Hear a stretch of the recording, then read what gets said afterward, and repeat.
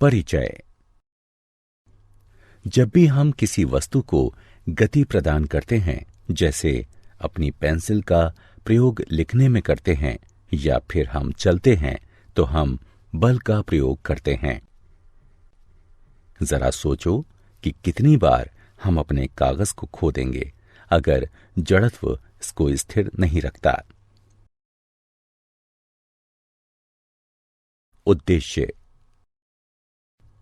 इस पाठ के अंत में आप निम्न करने में सक्षम हो जाएंगे: बल को परिभाषित करना, संतुलित एवं असंतुलित बल में भेद करना, न्यूटन की गति के नियम समझना, वस्तु पर लगाए गए बल तथा उसकी गति की अवस्था में संबंध ज्ञात करना, संवेग संरक्षण को समझना।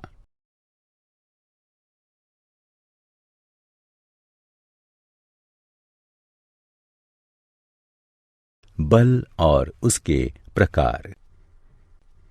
जब किसी वस्तु पर बल का प्रयोग होता है तो वह वस्तु की दिशा, गति या आकार में परिवर्तन का कारण होता है। अतः बल को इस प्रकार परिभाषित कर सकते हैं: बल कोई भी प्रभाव होता है जो किसी वस्तु की गति, दिशा या उसके आकार में परिवर्तन करता है। बल एक सदिश राशि है। बल दो प्रकार के होते हैं: संतुलित एवं असंतुलित बल।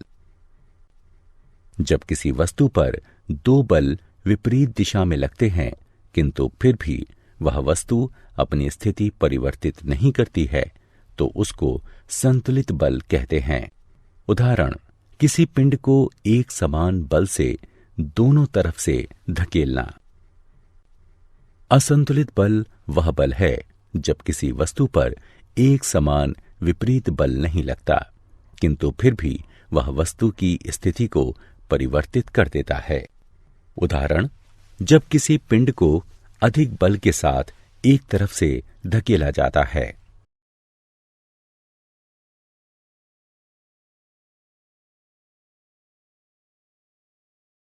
न्यूटन का गति का प्रथम नियम। पुस्तक स्वतः ही गति नहीं करेगी, वह अपनी विरामावस्था को तब परिवर्तित करेगी जब हाथ का बल उस पर लगेगा। यह गति के प्रथम नियम की व्याख्या करता है।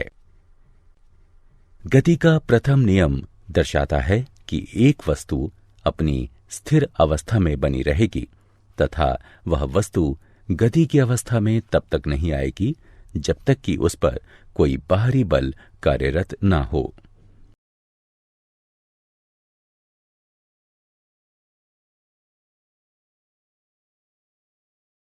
न्यूटन के गति के प्रथम नियम के उपयोग। जब एक मोटर बस अचानक चलती है तो यात्री जड़त्व के कारण पीछे की तरफ झुक जाते हैं। यात्री विरामावस्था में तब भी रहने का प्रयास करते हैं जब मोटर बस गतिमान होती है। जड़त्व वस्तु का वह गुण होता है जिसके कारण वह अपनी विरामावस्था या एक समान गति में परिवर्तन का विरोध करता है। द्रव्यमान किसी वस्तु के जड़त्व की माप है। किसी वस्तु का द्रव्यमान जितना अधिक होगा उसका जड़त्व भी उतना ही अधिक होगा। उदाहरण: जब मोटर कार अचानक से रुकती है तो चालक जड़त्व के कारण आगे की तरफ झुक जाता है। जड़त्व के कारण ही यात्री गतिमान अवस्था में तब भी रहने का प्रयास करते हैं जब मोटर बस रुक जाती है। न्यूटन का गति का दूसरा नियम।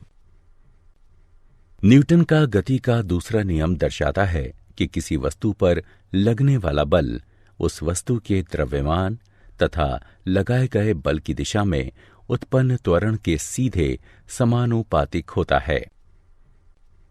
F बराबर m गुणा a, जहां F बराबर बल, m बराबर द्रव्यमान और a बराबर त्वरण है। बल के मात्रक। बल का SI मात्रक न्यूटन है।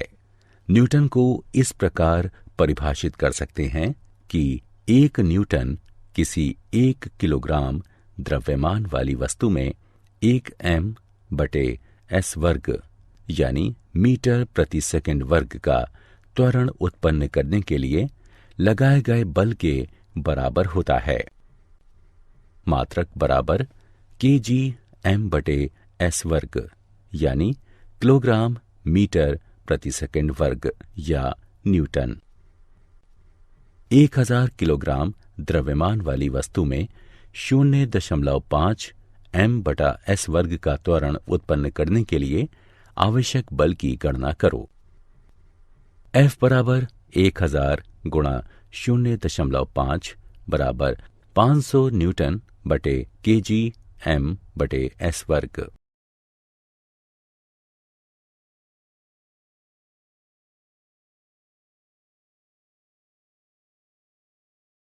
न्यूटन के गति के दूसरे नियम के उपयोग।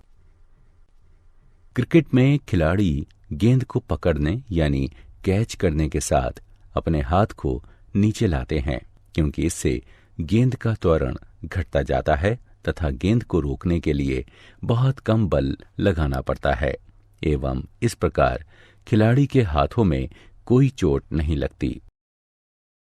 संवेग। गति में द्रव्यमान को संवेग कहते हैं। P बराबर m गुणा v, जहां P बराबर संवेग, m बराबर वस्तु का द्रव्यमान और v बराबर वस्तु का वेग है।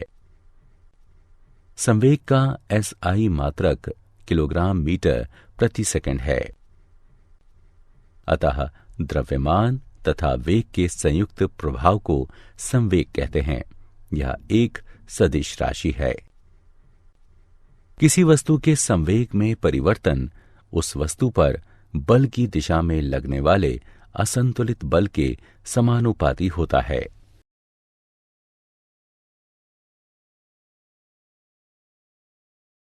गति के दूसरे नियम की गणना। किसी वस्तु का संवेग में परिवर्तन उस वस्तु पर बल की दिशा में लगने वाले असंतुलित बल के समानुपाती होता है।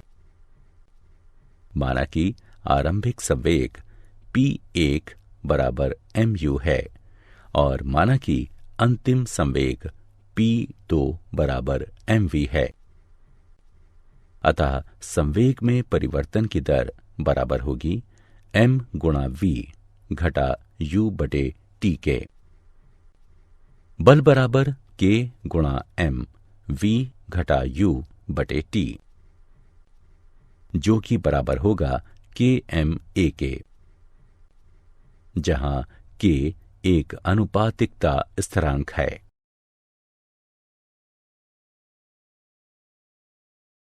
न्यूटन का गति का तीसरा नियम। जब एक वस्तु दूसरी वस्तु पर बल लगाती है, तब दूसरी वस्तु भी पहली वस्तु पर समान एवं विपरीत बल लगाती है। प्रत्येक क्रिया के समान एवं विपरीत प्रतिक्रिया होती है।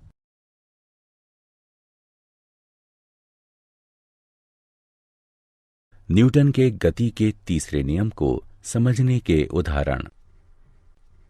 हम चलते कैसे हैं? जब हम जमीन पर चलते हैं तो हमारे पैर जमीन को पीछे की तरफ धकेलते हैं तथा बदले में जमीन हमारे पैरों को आगे की तरफ धकेलती है। तोप पीछे क्यों हटती है? जब तोप से गोला छोड़ा जाता है तो एक बल गोले को आगे भेजता है एवं उसके समान बल तोप को पीछे धकेलता है, इसलिए तोप पीछे हटती है। जेट हवाई जहाज और रॉकेट। रॉकेट के नीचे की तरफ से निकलने वाली गैस की क्रिया के समान उसके विपरीत प्रतिक्रिया रॉकेट को अत्यधिक गति से आगे बढ़ाती है। नली पाइप का उदाहरण। जब फायरमैन पानी की एक तेज धारा को निर्देशित करता है, तब वह इसके पाइप को काफी मजबूती से पकड़ता है, क्योंकि पानी के आगे बढ़ने की दिशा की क्रिया के कारण उसके पीछे धकेलने की प्रतिक्रिया की संभावना अधिक होती है। संवेग संरक्षण का नियम। जब दो या दो से अधिक वस्तुएं एक दूसरे पर कार्य करती हैं और जब तक उस पर कोई बाहरी बल कार्यरत नहीं होता है, तब तक उनका कुल संवेग स्थिर रहता है। इसको ही संवेग संरक्षण का नियम कहते हैं। संवेग को ना कभी बनाया जा सकता है या और ना कभी नष्ट किया जा सकता है। ये भी संवेग संरक्षण का सिद्धांत कहलाता है। माना कि दो वस्तुएं जिनका द्रव्यमान क्रमशः ma एवं mb है, एक दिशा में प्रारंभिक वेग ua एवं ub से गतिशील है तथा उनका अंतिम वेग क्रमशः va एवं vb है। गेंद A के संवेग परिवर्तन की दर FAB बराबर ma va घटा ua बटे t।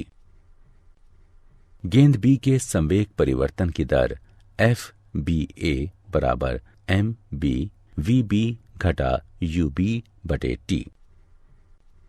गति के तृतीय नियम के अनुसार प्रत्येक क्रिया के बराबर तथा विपरीत प्रतिक्रिया होती है। इस प्रकार जब दोनों वस्तुएं टकराती हैं, तब लगने वाला बल होगा FAB बराबर घटा FBA। इसे सुलझाने पर हमें यह प्राप्त होगा। यहां MAUA जमा MBUB टक्कर से पहले का कुल संवेग है तथा MAVA जमा MBVB टक्कर के बाद का कुल संवेग है। जब वस्तुओं पर कोई बाहरी बल नहीं लगता है, तो दो वस्तुओं की टक्कर से पहले के संवेगों का कुल योग टक्कर के बाद उनके संवेगों के योग के बराबर होता है। संवेगों शब्द संवेग का बहुवचन है।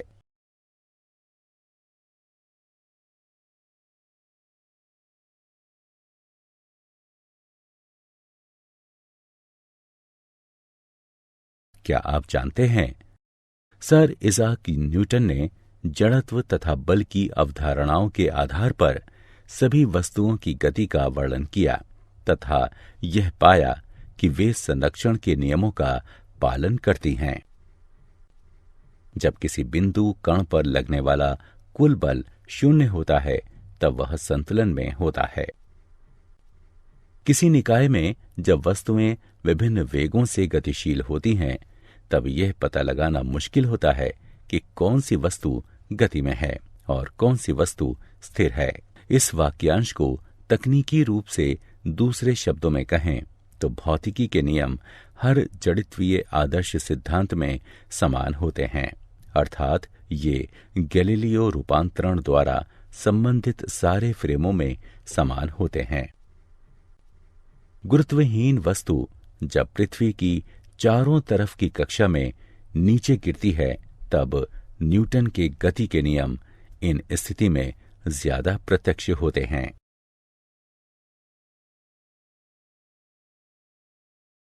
सारांश।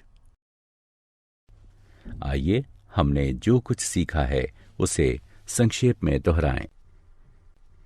गति का प्रथम नियम, एक वस्तु तब तक स्थिर या गतिशील रहती है जब तक कि उस पर कोई बाहरी बल कार्यरत ना हो। किसी वस्तु का द्रव्यमान उसके जड़त्व की माप है। घर्षण बल सदैव वस्तु की गति का प्रतिरोध करता है।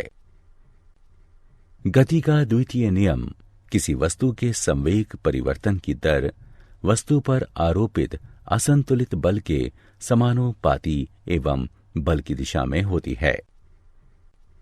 बल का SI मात्रक किलोग्राम मीटर प्रति सेकंड वर्ग है।